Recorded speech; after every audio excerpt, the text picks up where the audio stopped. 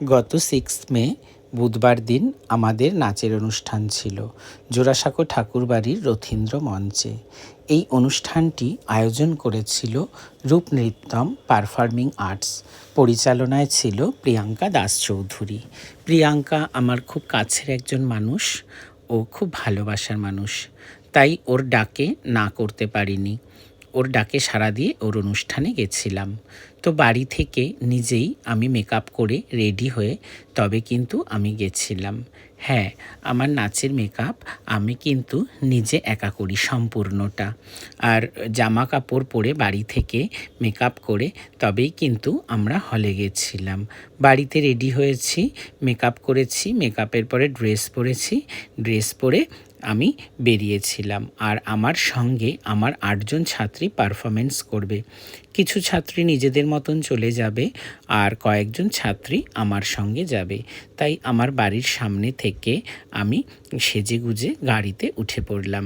গাড়িতে যেতে যেতে আমার সঙ্গে আমার ছাত্রী ছিল অদ্রিজা, ছিল তানিশা, আর ছিল অদিতি, আর ছিল ওদের মায়েরা।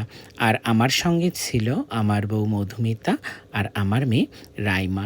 সকলে মিলে আমরা খুব আনন্দ করতে করতে, গাড়িতে গল্প করতে করতে আমরা কিন্তু পৌঁছে গেলাম জোড়াসাঁকো ঠাকুরবাড়ির রথীন্দ্র মঞ্চে। ওখানে যাওয়ার পরে আমরা নামলাম, নেবে আমরা হলে চলে গেছিলাম। হলে গিয়ে দেখি যে অনুষ্ঠান শুরু হয়ে গেছে আর অনেক নৃত্যশিল্পী এখানে অনুষ্ঠান করতে এসেছিল। তো এরকম অনুষ্ঠানে যেতে ভীষণই ভালো লাগে।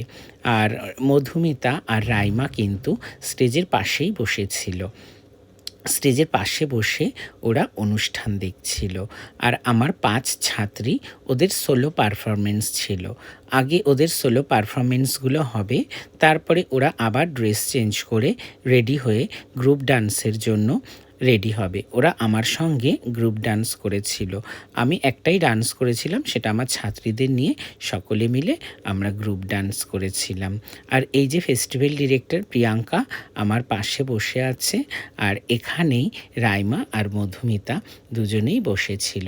আর আমার ছাত্রীরা প্রত্যেকে যে সোলো পারফরমেন্স করেছিল সেই সোলো পারফরমেন্সগুলো তোমরা দেখতেই পেলে। ওদের পারফরমেন্স হয়ে গেলে ওরা সবাই গ্রিন রুমে চলে এসেছিল এক এক করে।